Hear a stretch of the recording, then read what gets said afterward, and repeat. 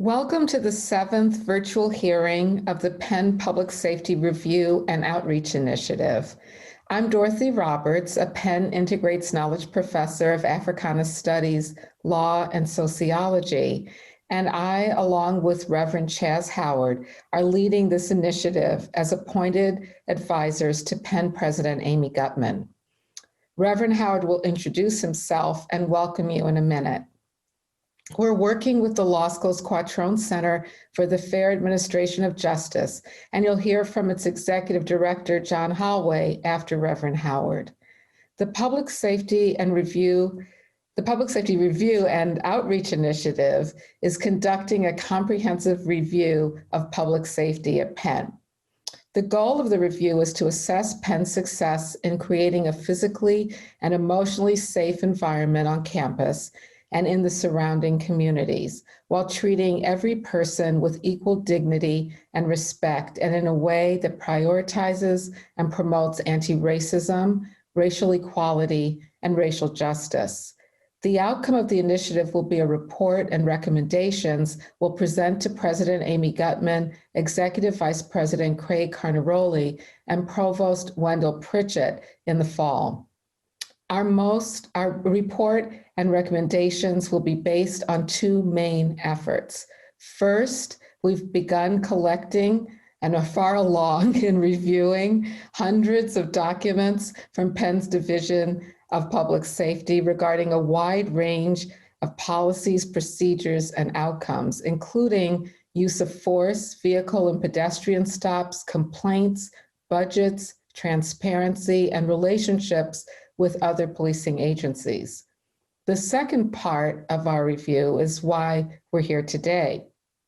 We're holding a series of virtual hearings to receive input from members of the Penn and West Philadelphia communities on their experiences with Penn's Division of Public Safety and on their ideas and suggestions.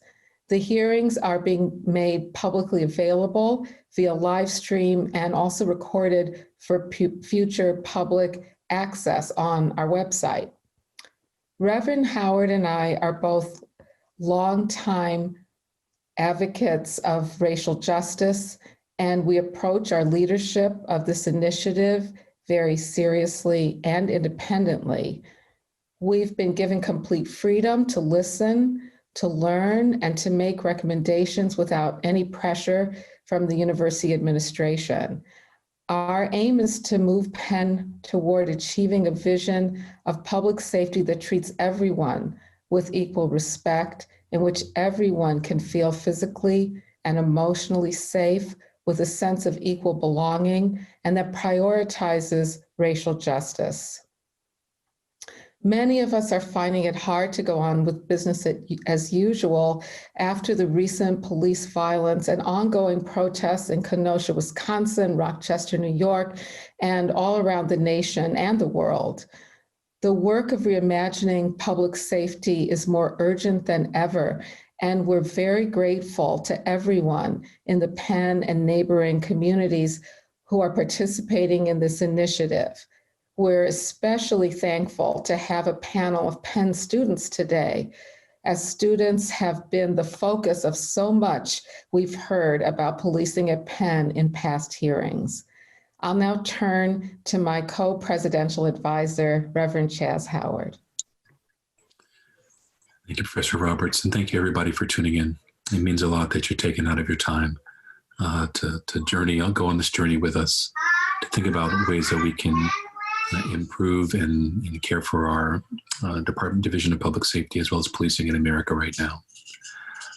Adding to what Professor Roberts said, we're committed to a process that's open to hear from a wide range of opinions and thoughts and experience along this way, but open also in regards to transparency. We're doing our best to make these hearings fully accessible online, via the phone. They're also being recorded, and information about that will be shared at the end. I also just want to add, this is a really hard, challenging, very difficult issue, not only because of the experience of people who've experienced police violence. It's also hard as a police officer right now, too, after the shootings in Los Angeles a few days ago. But still, thank you, everybody who's tuned in. It'll be contributing to our conversation. It means a great deal. Finally, thank you so much to the Quattrone Center, who've done so much of the heavy lifting for us along this way. Thank you for your expertise and your generosity of time and resources. With that, I turn it over to Director of the Quattrone Center, John Holloway. Thanks, Reverend Howard, and thank you, Professor Roberts. I'm John Holloway. I'm the Executive Director of the Quattrone Center for the Fair Administration of Justice at Penn Law. And along with my colleagues, I want to extend our welcome to not only the members of the Penn community we'll be hearing from today, but to those of you who are participating in the audience and will be asking questions online as we conduct the 7th in an ongoing series of public hearings in this Public Safety Review and Outreach Initiative to solicit input from our community, broadly defined, on these important issues. Each person who's participated in these conversations, and I'm sure the people who are going to speak with us today, have provided a valuable and unique perspective, not just with regards to our relationships with the Division of Public Safety, but in helping us think about how to reconceive those and what they could be or should be in the future, so that we can truly create an environment where all members of the community feel both physically and emotionally safe at Penn. Our last hearing was last Thursday, September the 10th. Where we heard from Eric Furta, Penn's Dean of Admissions, as well as Karen Hamilton, a Senior Associate Director of Stewardship at Wharton External Affairs, who is also speaking to us as a Penn parent. And we heard 2 faculty voices who have researched and experienced the impact of campus police: Penn Criminology and Sociology Professor John McDonald, and Professor of Race Relations, Sociology, and Africana Studies Professor Tukufu Zuberi. If you were unable to participate in that live, you can go to www.pennpublicsafetyreview.org, Penn with 2 N's, obviously, to hear the full conversations and the question and answer with Professor Roberts and Reverend Howard. That recording is posted alongside all of the other hearings, and we're adding written transcripts as they become available, again, at pennpublicsafetyreview.org. Today, and in our last hearing, which will be on Thursday, we'll hear primarily from student voices. And I want to welcome and thank the following students for their time and testimony today. Jason Andrzejczyk, the Director of Equity and Access for GAPSA, the Graduate and Professional Students Assembly. Kristen Yukioma, a representative from Penn's Undergraduate Assembly and a member of its Equity and Inclusion Committee. Victoria Sanchez, Co-President of the Latinx Law Students Association, and Leigh Brutus, President of the Black Law Students Association. Each of these speakers has been invited to share a brief opening statement one at a time. Once each of them has spoken, Professor Roberts and Reverend Howard will engage with them in a question and answer session. We're recording the webinar, as been stated, and we will post the recording and transcription on the website at pennpublicsafetyreview.org. Members in the audience are encouraged to submit questions at any time through the Q&A feature found on the ribbon at the bottom of the window. We are monitoring this actively, but making sure that we have sufficient time to give each speaker an opportunity to be fully heard may mean that we can't address every question actively in real time. We will keep a record of those questions and we'll strive to answer them to the extent possible. We recognize, as Reverend Howard mentioned, that these are emotional times and emotional topics, and the things we're talking about, it's been very clear from our other hearings, are very, very deeply felt in our community. We ask that members of the audience keep your questions topical and appropriate, and appreciate that that has been the case in every one of these hearings to date. With that, I'll turn it back to Professor Roberts and Reverend Howard, and our first speaker, Jason Andrzejczyk, the Director of Equity and Access for GAPSA, the Graduate and Professional Students Assembly. Mr. Andrzejczyk. Hi, John. May I begin? Please.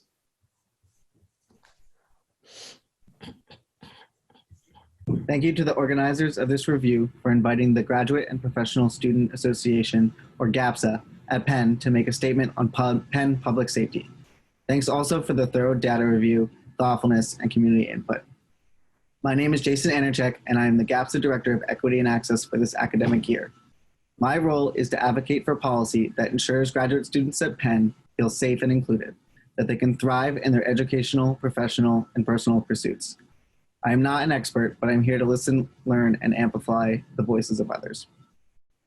Our leadership met with key people at Penn Public Safety in June to discuss graduate students' interactions with and sense of trust towards Penn Public Safety in good faith, but were met with derision and dismissive comments. Many of these leaders have spoken at previous hearings before this review. The words public safety imply a core mission to ensure students, staff, faculty, and the community feel safe. But the reality, as we have seen viscerally on full display these past few months, is much more bleak. Students reach out to us with regularity on their experiences with harassment by Penn Public Safety, violating their sense of wellness and belonging. One common story that we hear is that of Penn Public Safety asking for ID and harassing Black graduate students during their regular research duties, whereas white graduate students, for example, can access campus at all hours without such interactions. This anecdote is just one example of discriminatory policing practices that are reinforced by a culture of othering against whiteness as a default in the name of safety. It contributes to a detrimental educational environment where Black graduate students feel they do not belong, that this is not their community, that they are an unwelcome visitor. Penn Public Safety leadership say they need police to keep people safe, but our students and broader community members do not feel safe daily. Furthermore, there's a lack of recognition of and support for the exposed trauma Black graduate students are facing. Rather, Penn Public Safety feels it is not part of the problem and does not need to change. I'm also co-president of the Graduate Association of Bioengineers, a student governmental organization that advocates for over 200 doctoral and 200 master's students in the bioengineering graduate group. During the May and June protests in response to the repeated brutalization of Black people by police, we sent a letter to the graduate group that outlined our stance and roles in fighting against anti-Blackness. While most people were implicitly supportive, this letter was also met with private anger through anonymous forms from both faculty and graduate students who had received the email, with explicit references to our call out of discriminatory policing practices. The problem is pervasive, broadcasting and perpetuating a culture of unwelcomeness to Black graduate students. At least from the graduate student perspective, Penn Public Safety is a militarized police force not unlike those municipal police departments, including Philadelphia Police Department, that they try to distance themselves from. The roots of this issue are multifaceted and intersectional, but it is clear now to millions of people beyond Penn that the future requires fundamental structural change, and increased policing and surveillance does not achieve the stated core values of public safety. You have heard from many different experts on this topic throughout these hearings, I'm sure. We stand in solidarity with our colleagues at Police Free Penn and the many other organizing groups that are seeking to defund Penn Police, abolish Penn's reliance on the prison industrial complex, and reimagine completely what it means to be a substantive community member in West Philadelphia and beyond. Thank you for your time and consideration today.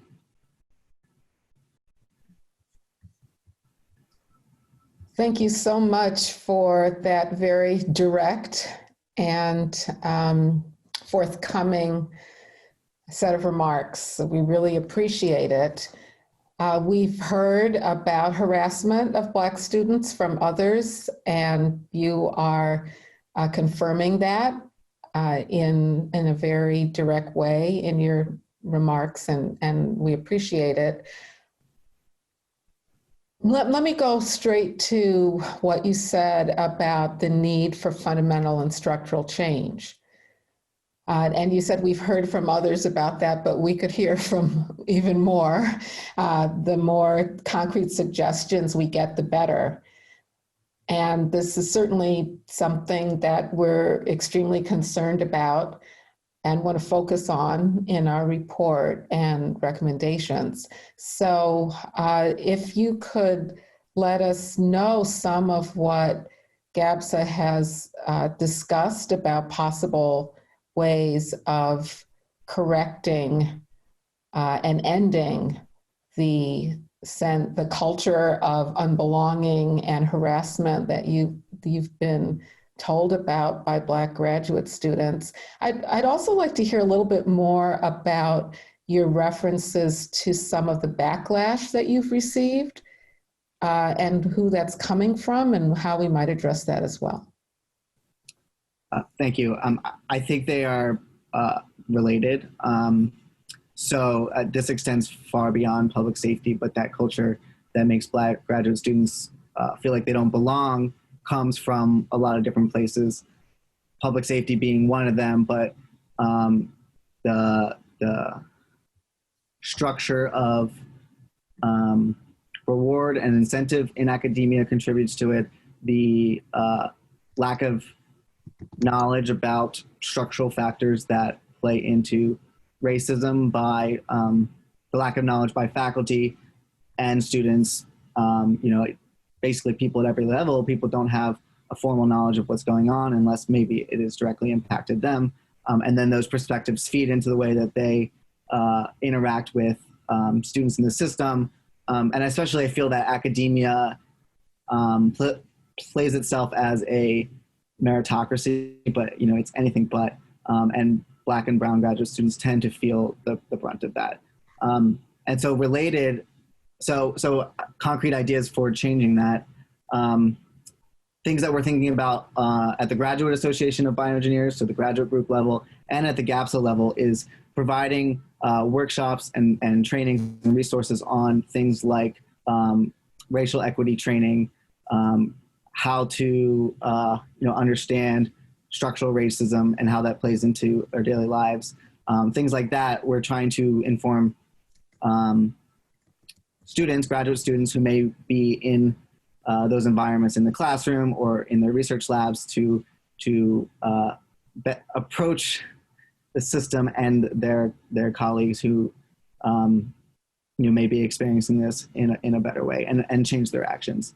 And then so when we sent this letter out to the graduate group, we sent out an anonymous form so that people could contribute their thoughts, because it is important for us to hear what they have to say.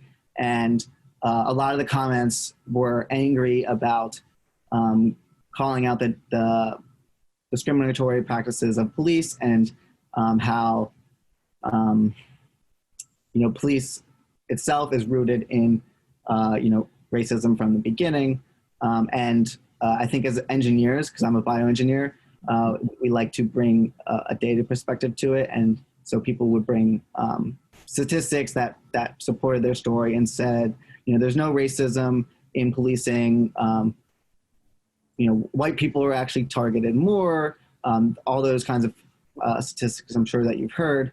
And while those aren't true, they are used to paint a story. It's also important just to recognize that Black and brown students feel this environment, and regardless of whether the stats bear it out, they feel a way that I personally, as a white graduate student, don't.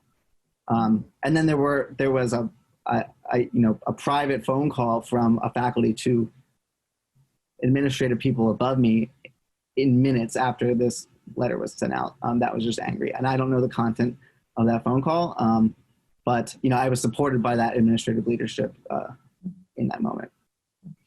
So it sounds as if you're saying that there needs to be more anti-racism education broadly at Penn. You weren't referring in what you were saying just now specifically about Penn police being trained in a different way. It sounds to me, and you can correct me if I'm wrong, you were talking about a broader kind of education at Penn to inform everyone about anti-racism and anti-racism. Right, and then from my perspective, that feels accessible for us as GAPSA to put on those kinds of workshops and trainings. And we've actually had a workshop this past week about anti-Blackness and identity and how to create an identity affirming space in the virtual classroom. So that's how we're sort of supporting our graduate students who may be facing the brunt of these conversations now that they're on everybody's mind. But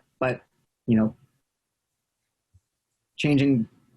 I also agree that those workshops are good for everybody, and so public safety, who is having a disproportionate, or maybe not, you have the data, I don't, but disproportionately negative interactions with Black and brown graduate students, that they could benefit a lot from continued education on racism, anti-Blackness, structural factors that play into these things. Thank you.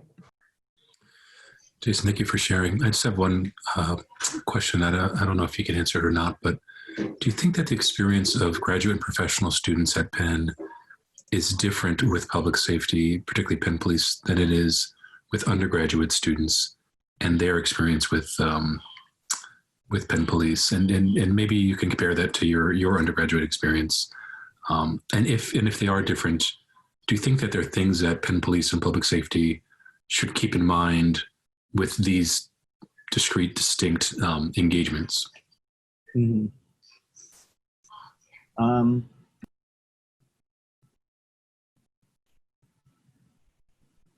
I think they are different because as an undergrad, um, your primary job is education. You go to classes, you do homework, you go out with friends, and that informs a lot of what your community feels like. And as a graduate and professional student, especially like research based, your full time job is in the lab. You're often alone,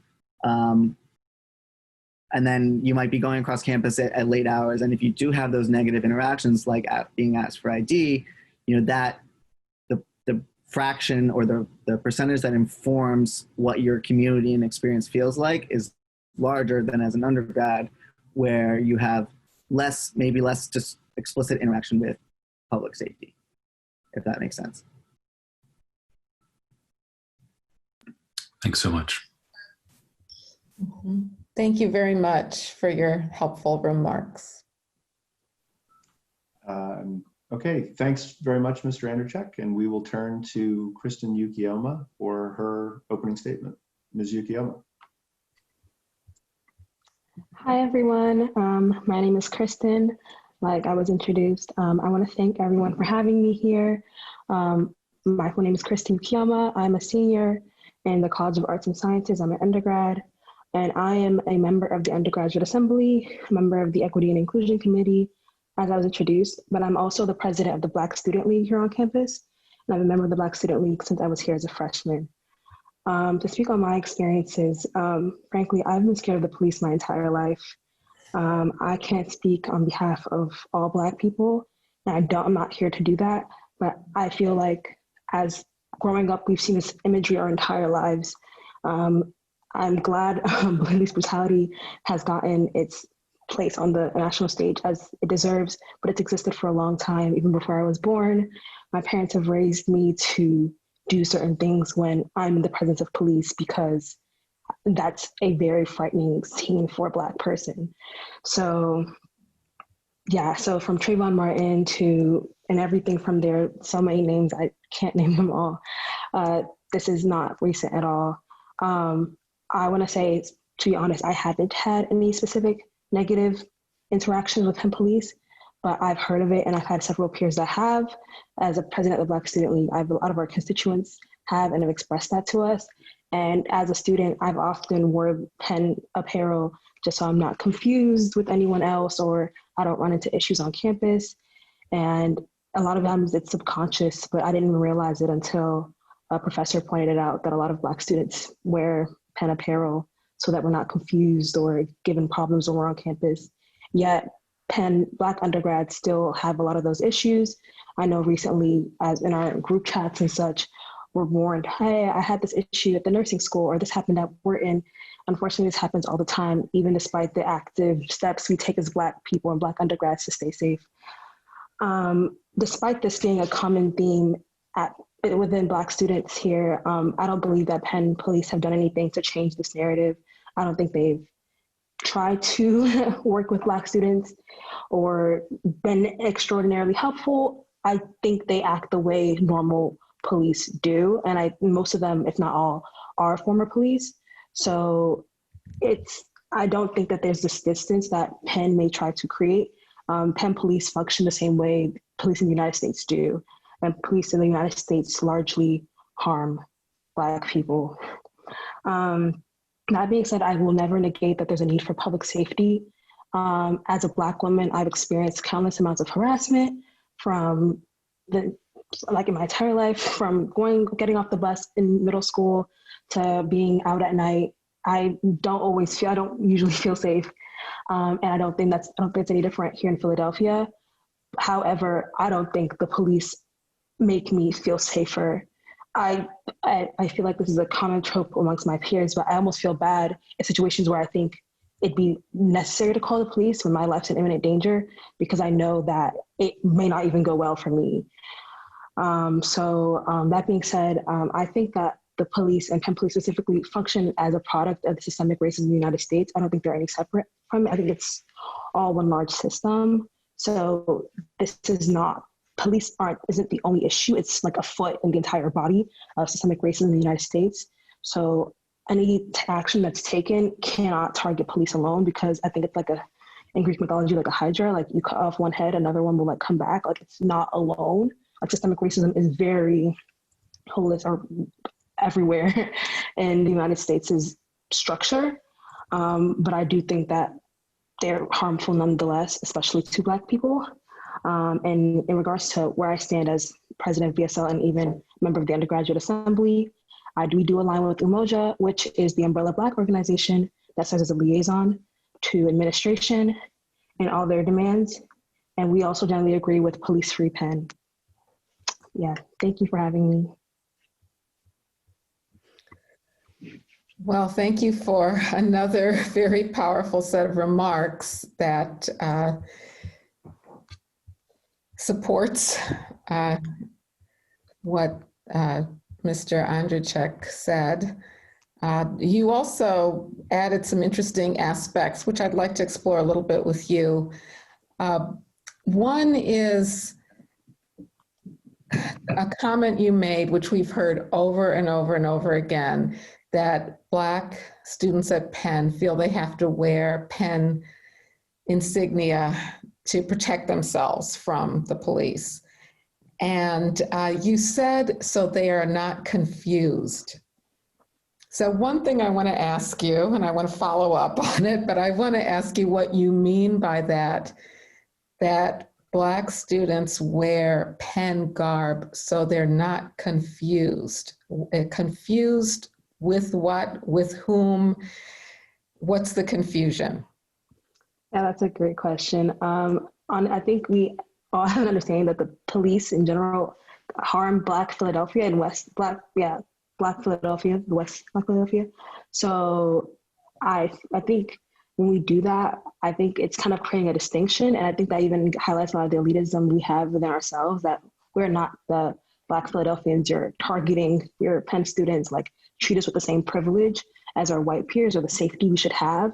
Like I think, and you see this a lot, I guess, in like academia, like when Black people get means of capital in other avenues, we think that should serve as protection in a sense, that we shouldn't be harmed in the same way as others who don't have this education or this wealth that we have. So I think that's what it is, like, or I guess we're trying to distinguish ourselves from West Philadelphia and the Black people that live here, or that we expect are harmed by Penn police. Mm-hmm. Thanks, that's very helpful. I've been asking many people about that, and I think you gave the clearest answer I've received so far. The other thing I wanted to ask you a little bit about was you're pointing out that the Penn police act the way police normally do, but you're not saying we don't need public safety. And you added something that I don't think anyone else has pointed out in the hearings, which is that women have a particular exposure to violence, to threat, which you've experienced, maybe a particular kind because you're a Black woman. And so you've highlighted something we're grappling with throughout these hearings and our review, which is the need for safety for everybody without discrimination in a way that makes everybody feel equally respected, but also the need to end the harassment and targeting that you've also described. So can you give us any suggestions about how we can go about achieving that at Penn? I know that's a big tall order, but what do we do about what seems to be, for many people, a contradiction or a tension? But maybe you can help us see that it doesn't have to be contradictory to want full safety from police harassment as well as from other kinds of violence or threats. Yeah, I definitely think this is a multifaceted problem. And I guess to preface, I mean, I've said it several times, but I'm only an undergrad. I don't know as much as all of you here. That being said, I do think that a lot of the crime that we see, like theft, for example, is often due to like lack of resources and people trying to make do with what they have or more so don't have. That being said, I think deviance will still happen or like crime or malintent still exists. So people will still do bad things because they want to do bad things or whatever the proper language for that is. But a lot of the crime we see isn't necessarily that. So I think in terms of what Penn can do, I think Penn owes a lot of reparations to a lot of people, especially Black Philadelphia. And like, I know there's a big movement for pilots. I think if Penn took steps to actively repair the West Philadelphia community and support its infrastructure, especially with the wealth that Penn has, it could help to alleviate a lot of the disparities we see in terms of access to resources. And I don't know, I feel like it's hard because a lot of language says the police shouldn't exist. But like there are several times where I've wished like I could have like called someone to save me, you know? And like I've had to be on the phone with people and like do a lot of things that I know would not have been successful had this been a more serious threat. Mm-hmm. So I think some force needs to exist, but I think because our country is racist, whatever force that will exist will always harm Black people more. So it's like, one, dismantling racism, which cannot be done by Penn alone. Mm-hmm. It's also evaluating that class component and like giving people that do commit crimes the resources that can prevent crime. Mm-hmm. And I know there's definitely a lot of discourse about like, even in terms of like changing the way like punitive systems work, like teaching, like in terms of like the patriarchy, like providing more education that could like prevent like things like domestic violence. Mm-hmm. And things like a lot of patriarchy grounded like violence. Mm-hmm. However, I still do think like harm and like just crime or danger still exists, but I just don't think a lot of it is preventable with those like mm-hmm. social things. So I just think, to answer your question directly, there's a lot of things Penn needs to do. I think the first step is evaluating itself and being ready to pay where necessary.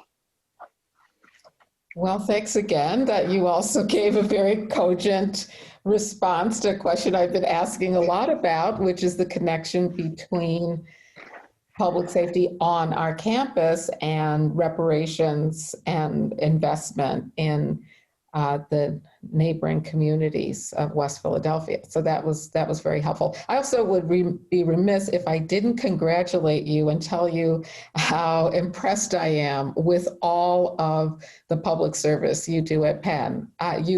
You just have such a long list of positions. I've never seen anything like it. And I don't know if I can claim to say I'm proud of you, but I'm certainly extremely impressed by all that you do and very grateful. So thank you for all of that. Thank you. For being here today.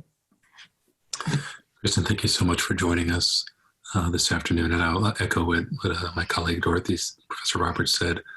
Thank you for your leadership on campus. And to tangent for one sentence, I think you reflect in the best and the hardest ways the experience of being a Black student at Penn. The best in the sense of sort of broad excellence, but the worst in the sense that there's so few Black students that you end up having to be leaders in several different groups and being stretched pretty thin. My question, I'll qualify it by saying I know you haven't done a formal poll of your classmates, but I'm wondering what you're hearing, specifically about what you said around the painful experience of being Black in America, ending in a lifetime of engagement with police in a range of cities. And it's hard being Black having interactions with the police, yet a recognition that we do need policing for several reasons. What are you hearing more? Are you hearing more of the kind of police-free Penn abolitionist side? Or are you hearing more of the, hey, policing really needs to be worked on, but I don't want to get rid of the police broadly? I know this would be sort of anecdotal and kind of what you're hearing in your circles, but what are you hearing more? I am hearing more of the police-free Penn rhetoric of like police needs to be gone. But my fear is like that may be like the loudest voices, but that may not be the like most. And I just think that because I know, like, even more recently, within the undergrad space at least, there's been a lot of discourse about like students that are on campus that are like having or like throwing parties, and they're like, people have called the police on them, and that has been seen or deemed as the correct response to that. And I'd agree. And I think that's because in those situations, they were seen as a harm to the Black community in Philadelphia.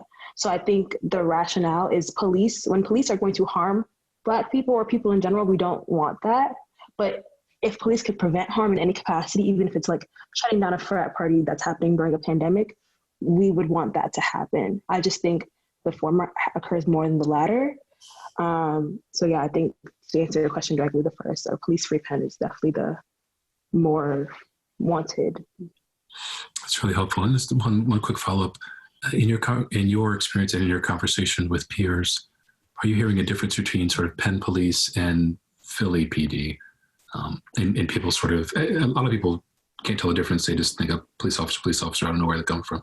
But do you hear a distilling between like police over there and then like our Penn Police being different, or is it kind of one conversation?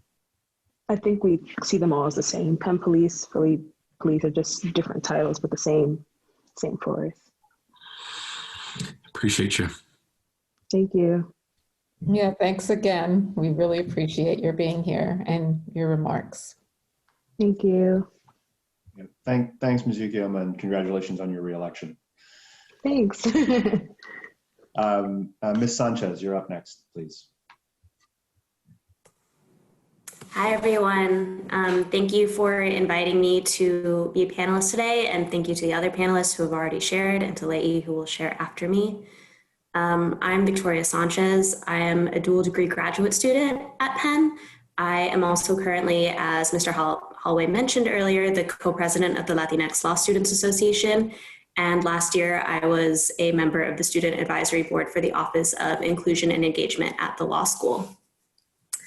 My perspective on public safety at Penn has been shaped by my previous experiences growing up in a variety of low-income and middle-class neighborhoods, and then going on to Yale and New Haven, Connecticut, which shares a lot of similarities with Penn in terms of being a very wealthy, predominantly white institution in the middle of a city that has a very large non-white population and a lot of urban poverty. And when I was at Yale, many of my peers did not like New Haven, Connecticut. And I liked it, and I couldn't figure out why. And I would ask, and they would just be like, "Oh, it sucks." And I received insight into this question in an English class one year when we were discussing the assigned reading, which had included an essay from the perspective of someone who lived in a gated community. And it became quite clear that I had understood that essay very differently from pretty much everyone in the class. When I read it, I interpreted the family in that essay as quite literally walling themselves off from the world so that they wouldn't have to interact with it. And what became clear as I listened to my classmates is I realized that even if they hadn't literally lived in gated communities, the majority of them grew up in wealthy white neighborhoods. And you know, maybe that is stating the obvious, but what that means is that they were not used to living in places where there were people of color on the sidewalks, where there are homeless people on the sidewalks who might ask you for money. And so that might, right there, that might make them uncomfortable, right? And if you dropped them in the middle of a low-income neighborhood, they wouldn't know how to read the neighborhood to know whether or not it was actually safe. I think this is a really particular type of ignorance, and it is a result of not fully interacting with the world as it is and with the way most of the people in the United States live. So, you know, within the context of Yale, and I think this translates very well to Penn from what I have seen and heard, I think that ignorance shapes the way, the dominant narratives about public safety and university police forces. You know, oftentimes when people are thinking about public safety, they're really referring to violent crime. And that violent crime is expected to come from the outside community. And, you know, while it is true that there is some amount of violent crime, it is also true that the perception of that danger is often amplified by the systems we have in place. and that this perception is shaped by that very white, wealthy experience and expectation. That type of experience does not always know how to tell when danger is present, and it often overperceives danger, in my perspective, and overperceives potential harm. And so, you know, if the university police are, at least in theory, here for the Penn community, which is overwhelmingly shaped by that wealthy white perspective, then it becomes clear that the force cannot effectively serve members of the community who do not share that perspective, right? People like me. And, you know, the previous two panelists both spoke to that. It is also clear that that perspective completely leaves out the local community, with the people who actually live here and make their homes here year in and year out. And I think that's a problem. I think the other thing I sort of want to put before the initiative is that this is actually incredibly ironic, because although the most visible dangers to Penn students and the most visible dangers that the Penn police respond to, such as shootings and robberies, are not actually a reflection of the biggest, in my view, one of the biggest threats to university students, which is sexual assault. Right? We know that on college campuses, an estimated up to either 1 in 4 or 1 in 5 women are sexually assaulted while in college. For men, the number is 1 in 20. And what that means is you cannot walk across a university campus without seeing multiple students who have experienced sexual trauma. You know, that danger is not violent crime from the surrounding neighborhoods. That is danger that comes from within the university community itself. And to tie it back to Penn police are notoriously bad at handling complaints and known for exacerbating the trauma for those survivors, who I would highlight are disproportionately people of color and members of the LGBTQ community. And I think all of that is related. It is not a coincidence.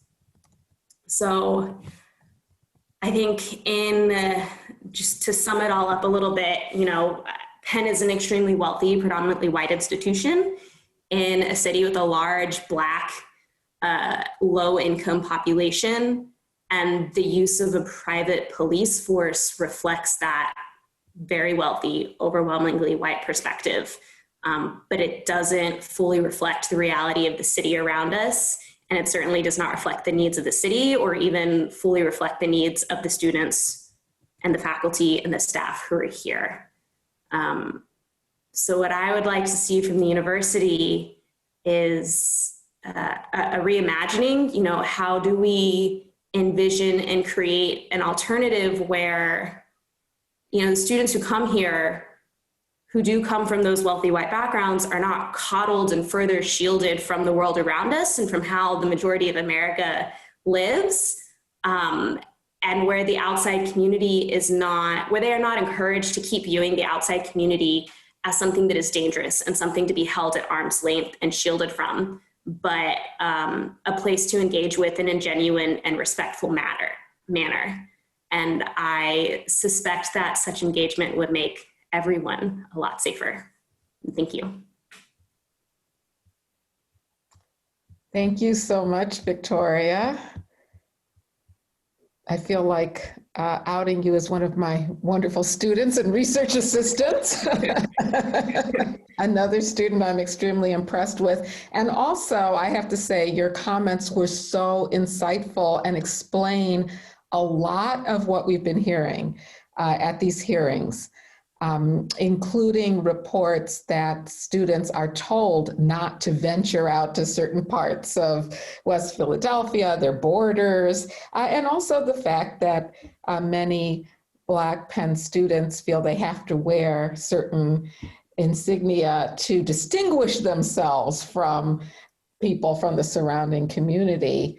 And I really like the way in which you said it's a type of ignorance that shapes the narrative of public safety and perceptions of what the real harms are. And so I'd like you to perhaps delve some more into what can be done to change that narrative. And the other, I think I'll just follow up with a couple more questions related to what you said. You pointed out that if we really want to focus on public safety, we would be focusing more on sexual violence on campus. I think it's also interesting that you and Kristen are the two speakers we've heard so far who have even raised this issue, and that police aren't good at addressing it. And so, an obvious follow-up is, well, how should we then? Can we address it without involving police? Well, let's leave it. I think that's enough for now. Those two issues you brought up about leaving out the local community, exaggerating the harm that the community members pose, and not focusing on what is more of a danger on campus.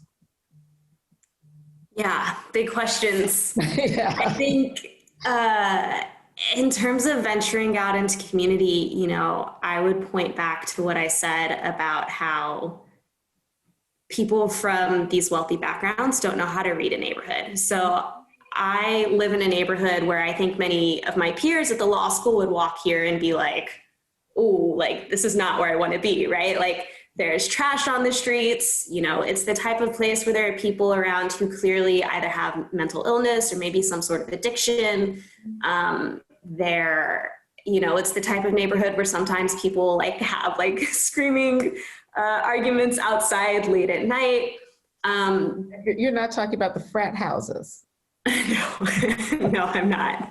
But it's also the type of neighborhood where everyone sits out on their porch and they know each other, and there's block captains and the children play on the sidewalks.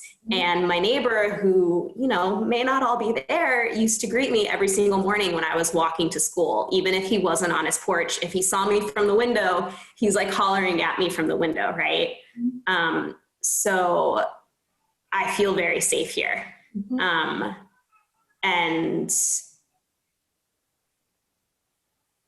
yeah, I think there are certain populations that I would feel much more threatened living with or around. Mm-hmm. So I think part of changing the narrative of not venturing out into the community is just recognizing where that is coming from, that people don't understand what is safe and what is not.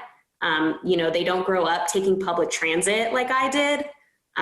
They don't grow up learning how to handle the harassment that can sometimes come with moving through urban communities, knowing how to handle it if you do come across someone who maybe needs some help, whether because they have a mental disability or, an addiction issue, and when it's safe to intervene and what the safest way to intervene are and which are not. And these are knowledges that I feel like I have gained just through experience. Mm-hmm.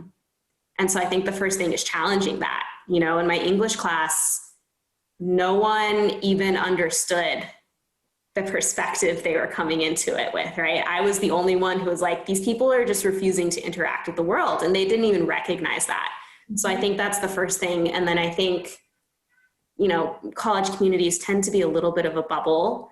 I think both because of the programming and because they are literally built to be a bubble, right? We have lots of gates and you have to sign in places. And so if we create opportunities to engage with the community, and the caveat I would add to that is I think a lot of the ways that local universities engage with the cities around them is through service, right?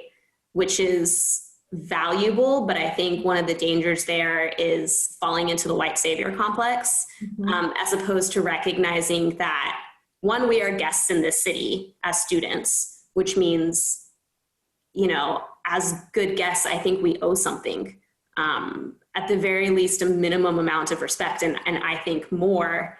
And two, if we are going to engage in that service work, that we have just as much to learn if we recognize that ignorance, right? We learn from the service. It is not just about, oh, I'm going in here and I'm giving you something. Mm-hmm. And I would add that I mention that because I think that's the first thing people often go to when they want to engage with local communities, but there are other ways to engage, right? And to meet your neighbors if you are willing to live outside of Center City or Rittenhouse Square, for example, and to go to events that are not run by Penn and do those sorts of things intentionally. So there's another question. How do we address sexual assault without involving the police? Yeah. If that's what you think, I don't want to put words in your mouth, but you did say that they're notoriously bad at addressing sexual violence. They are. Yeah. And we've heard that the Penn police are typically involved in responding to various sorts of crises and different opinions about whether that was necessary or not, what role they should play. So it would be helpful to hear what you think about this particular type of assault that ordinarily the police would be called into. If there are alternatives, that would be helpful. I think the police, in an ideal world where the police do not make anyone feel threatened, I think they would be one option for sexual assault survivors on campus, but they are one. And universities have also been notoriously bad at dealing with sexual assault for a very long time, but I think there is more flexibility within a university than with the police because of, criminal standards that universities do not have to meet. So, you can create, instead of a police complaint, you can create, and maybe this exists at Penn, right? But you can create internal processes for internal complaints and those own standards for responding to the complaints. And again, universities have historically done a bad job at this, but there are ways to do it that serve survivors. And I think over the past 5 to 10 years, we have started to see some administrators at different universities doing a much better job, not just with the response side, but with the sexual assault prevention side as well. Yeah. And so I think that's, from a university policy standpoint, I think that is within Penn's power. And that is what I would do. I would follow the example, if they're not already, of the schools that are doing a good job with this and are starting to see better results and replicate that here, so students do not have to go to the police in those situations, so that there is an option besides don't do anything and go to the police, right? And they feel like they have multiple options, and those are all presented to them to choose from. Thank you. Thank you so much for your sharing. I don't have any further questions, but I do want to affirm one thing you said around how much of what we're discussing and many of the challenges connected to our conversation around Penn and the police and public safety are kind of almost more cultural. And it's convicting in thinking about some of our recommendations really need to be aimed at university administration and just the kind of broader conversations and perceptions we're having with our neighbors in West Philadelphia. I think you're right that the situation at Yale, New Haven's a different city, Yale's a different school, but there are some real parallels there around the way that people perceive our neighbors and the way that people perceive, for example, Black and brown people as greater threats than they are. So your comment is well received. Thank you so much for taking time. Thank you both. I actually have one quick question, only because you are the co-chair of the Latinx Law Student Association, and most of what we've heard in terms of reports of police harassing students feeling they have to wear special garb, that sort of thing, have been about Black students. And I just wondered if you had anything to add about Latinx students in particular and their relationship with the Penn police. Yeah, I mean, I think it depends on which Latinx students you're talking about. There are white Latinx people and there are Afro Latinx people, right? So the Afro Latinx people are going to have an experience that's very similar to Black people because they are Black, and then the white Latinx students are going to, experience a wider experience. I think from my perspective as a brown Latinx person, I personally feel that we can be similarly targeted the way Black people are, right?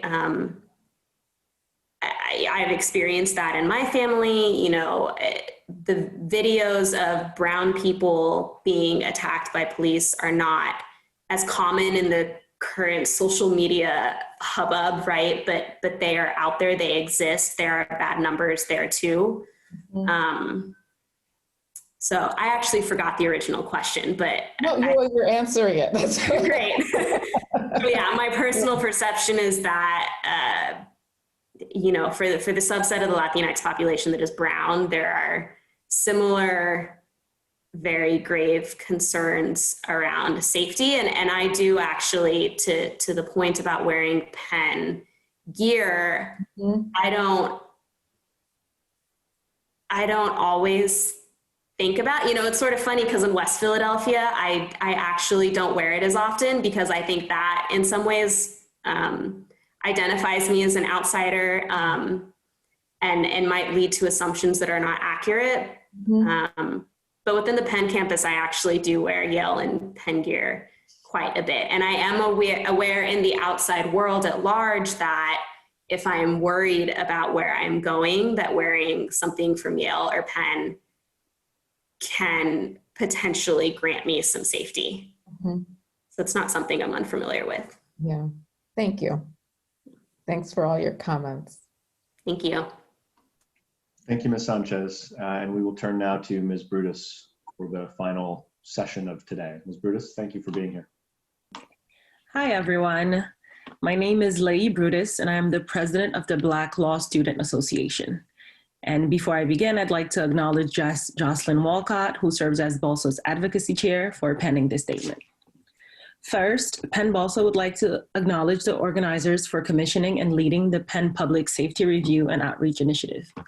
Penn BALSA greatly appreciates the opportunity to testify as we are deeply committed to the university becoming an anti-racist institution. A critical look at the university's police force is an important step on its path to anti-racism. This summer showed the world what Black people have known for centuries.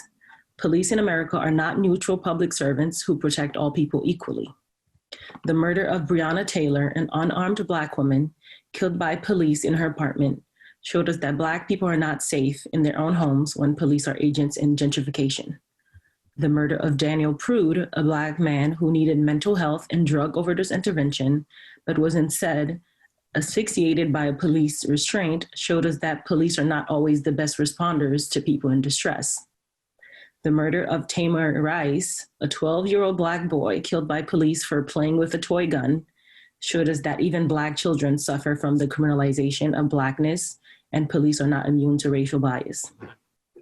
The murder of George Floyd, an unarmed Black man murdered in the street by police, showed us that police will use their own bodies to kill those who they criminalize and devalue. There are countless others who are murdered by police, too many to list in this short testimony. There are countless others like Sandra Bland, who mysteriously died in police custody. There are countless others who were murdered by police whose tragic stories did not receive attention from mainstream media. All their lives mattered, and their deaths demonstrate that the discretion of Black life by police is pervasive and largely unchecked. Notwithstanding the University of Pennsylvania Police Department's record, the department is a part of the oppressive structure of police in America. It is important that this fact not get lost, but instead be a guiding truth for all recommendations to the university concerning on-campus law enforcement. Any determination about the Penn Police Department must be contextualized by the reality of police brutality in America and its traumatic effects. Throughout this summer, protesters nationwide have called for the abolition and defunding of police, including a group from the University of Pennsylvania named Police Free Penn. No matter what decision the university makes, there can be no place for racism, racial profiling, or the use of excessive force. As the largest private police department in the Commonwealth of Pennsylvania and one of the largest police forces amongst all universities nationwide, the Penn Police Department should be held to the highest level of accountability, which will require broad transparency. The Penn Police Department is housed within the University of Pennsylvania Division of Public Safety, which has a budget of over $27 million. The allocation of this funding should be evaluated and publicly available. The Penn Police Department has an important diversity initiative. However, diversity does not equate to anti-racist. Any organization charged with caring for and protecting the university campus must be anti-racist. Some say that police cannot be anti-racist given their historical purpose and racially oppressive history that continues today. It is likely true that in America, policing at its core, despite reforms, will protect white elites and preserve capitalism, often at the expense of the poor and people of color. It is also true that the Penn Police Department has made positive impacts on the university campus and serves a vital purpose. The University of Pennsylvania is one of the oldest and arguably one of the most innovative universities in the United States. The university is fully capable of reimagining and creating an organization designed to ensure the safety of every Penn student who temporarily visits West Philadelphia, as well as the people native to Philadelphia. This organization should be able to provide interventions and services required by the situation without confrontational force as the default response. This organization should have dynamic training and systems for accountability to ensure it does not weaponize biases. An organization like this has the potential to be an example for college campuses in the entire nation. As Cabretti Williams said, without critical examination of the enforcement practices of police and acknowledgement of their noted history of racism and white supremacy, campus police officers and the higher education institution that hire and create them will continue to reproduce a hostile environment based on law and order rather than safety and care. The Penn Public Safety Review and Outreach Initiative is the start of this critical examination. The university must adopt an imaginative and inventive perspective when evaluating the Penn Police Department. This perspective will spur an end result that is not merely superficial commitments to equity, but a substantive restructuring that takes into account the racially oppressive history of police in America, the university's role in gentrifying West Philadelphia, and the experiences of students, faculty, and staff of color with the Penn Police Department. In the end, all students and community members should be and feel valued and protected. Thank you. Thank you, Ms. Brutus, and congratulations on your election as BALSA president. Thank you. I haven't had you as a student, but I look forward to having you very soon as one. So I want to focus on a couple things you said. One is the Penn police are part of policing in America, and we should take that into account in our review and recommendations. And I do want to do that.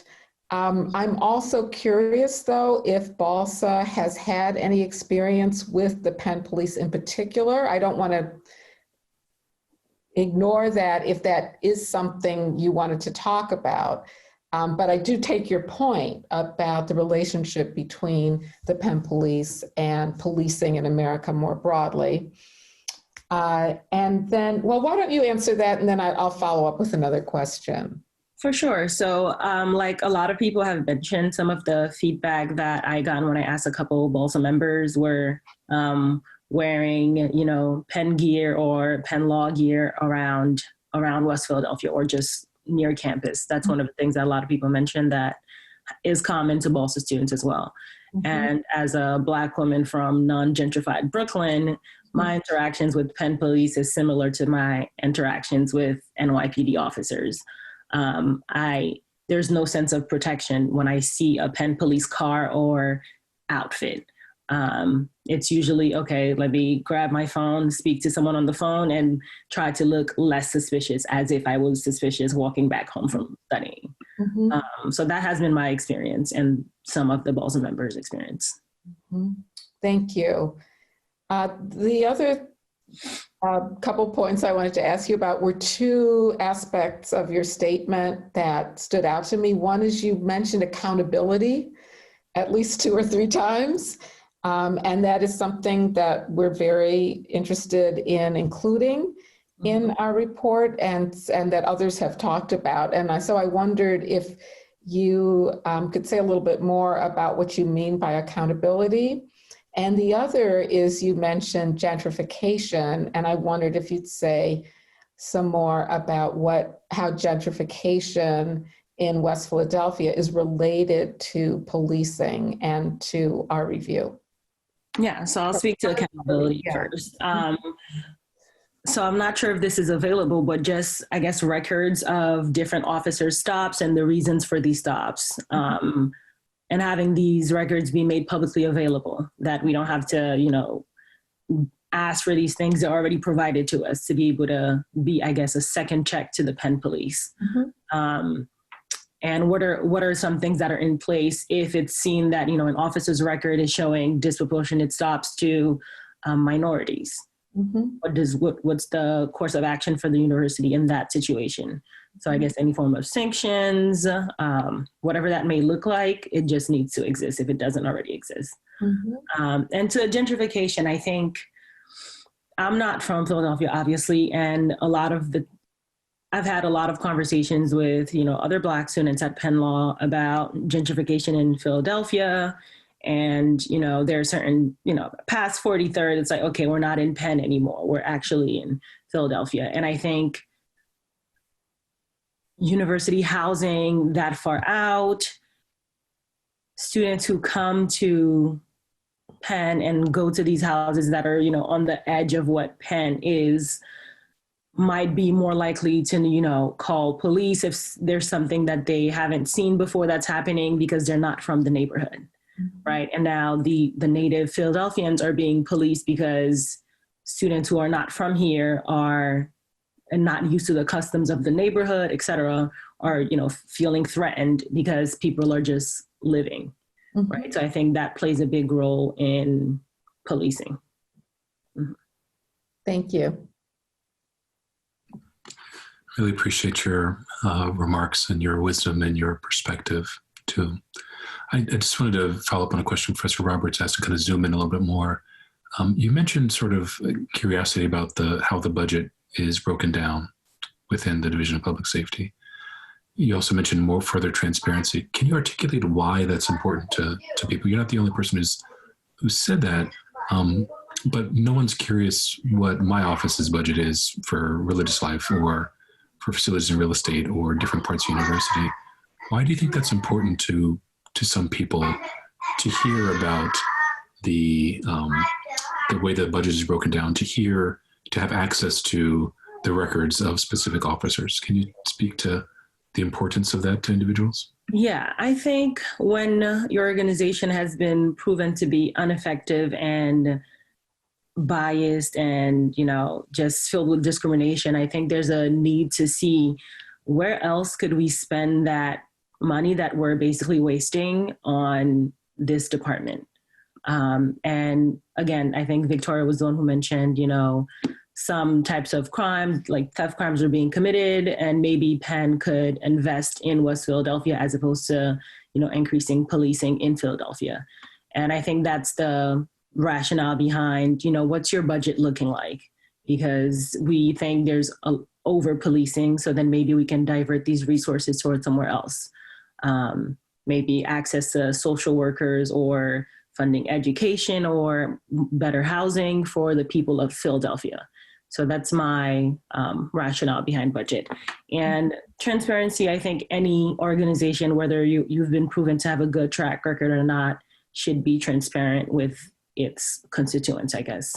I think a lot of things can be swept under the rug if no one's keeping an eye on what's happening, especially for a police force, as we've seen being done in numerous state police departments.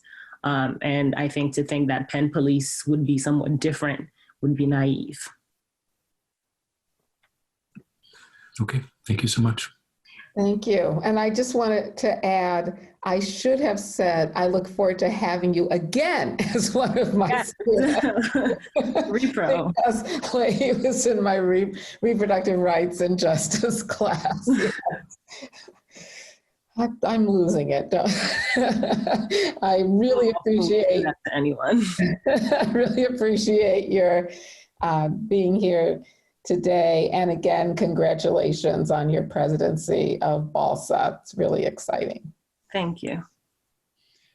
Thanks, Ms. Brutus. We very much appreciate your time.